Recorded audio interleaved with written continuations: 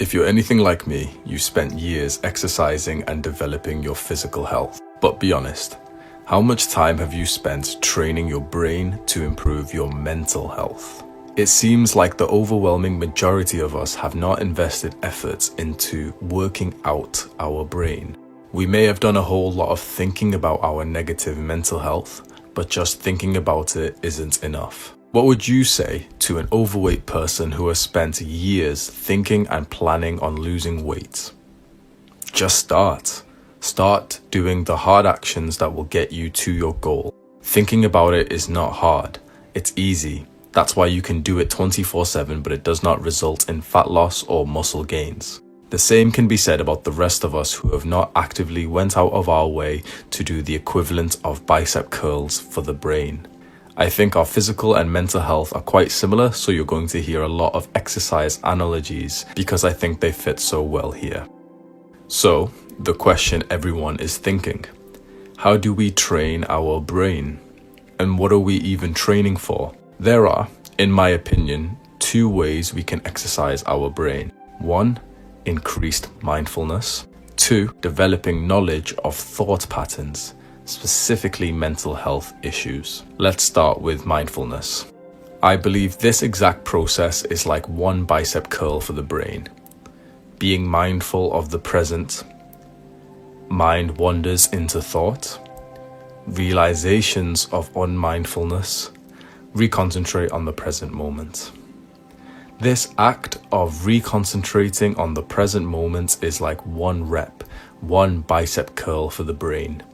You will have the opportunity to do this every few seconds because our minds wander so quickly. Keep getting those reps in.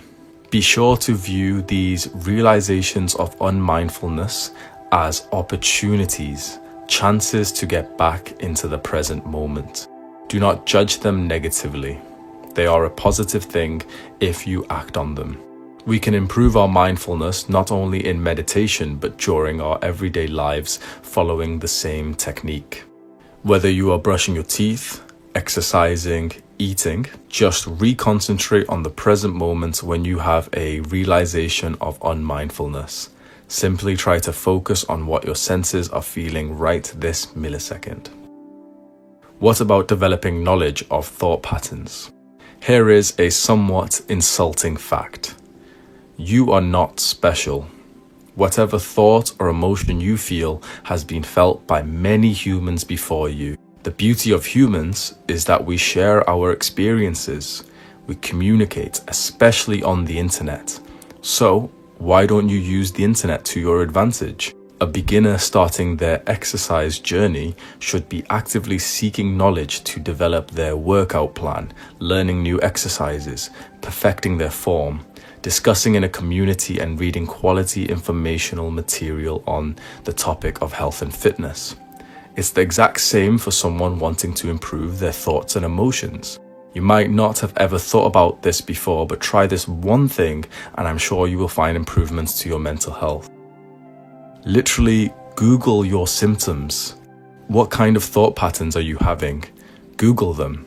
Find blogs, TED Talks, discussions on Reddit, even tweets about your thought patterns. There's always an opportunity to learn more. Seeing an active discussion about your specific thoughts will remind you that you are not alone, that the thoughts and emotions you are having is actually quite normal and widespread in humans. Identifying your symptoms and writing them out can leave you feeling uncomfortable. That's a good thing. That is development. Feeling embarrassed to search for help is a step in the right direction. Try to counteract this feeling of uncomfort with excitement. You are finally taking hard, active steps to improving your mental space. Well done.